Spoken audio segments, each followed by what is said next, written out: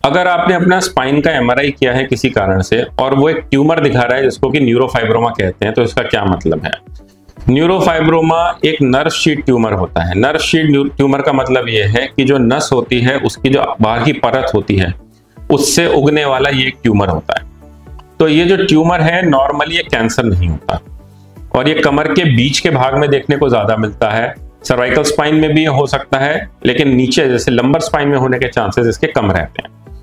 तो नॉर्मली ये ट्यूमर एक गोल लड्डू जैसा होता है जो कि धीरे धीरे ग्रो करता है और वहां पे नसों को दबाने लग जाता है।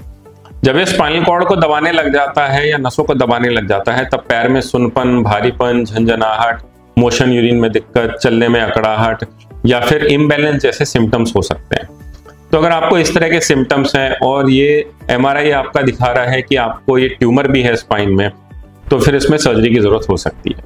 नॉर्मली इसका दवाइयों से इलाज नहीं होता, इसमें सर्जरी की जरूरत होती है जिसमें कि हम माइक्रोस्कोपिक तरीके से छोटे चीरे वाली तकनीक से इस ट्यूमर को निकाल देते हैं। जब हम इस ट्यूमर को निकाल देते हैं हम उसे बायोप्सी के लिए भेजते हैं और बायोप्सी में जो भी आता है उस हिसाब से हम इसको कंफर्म करते हैं कि यही दिक्कत थी।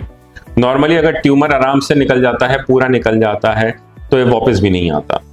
जब हम ट्यूमर को निकाल देते हैं उसके बाद पेशेंट को हम हॉस्पिटल में 3 दिन तक रखते हैं। उसके बाद पेशेंट का खड़ा होना, चलना या नॉर्मल एक्टिविटी में धीरे धीरे वो वापस चला जाता है।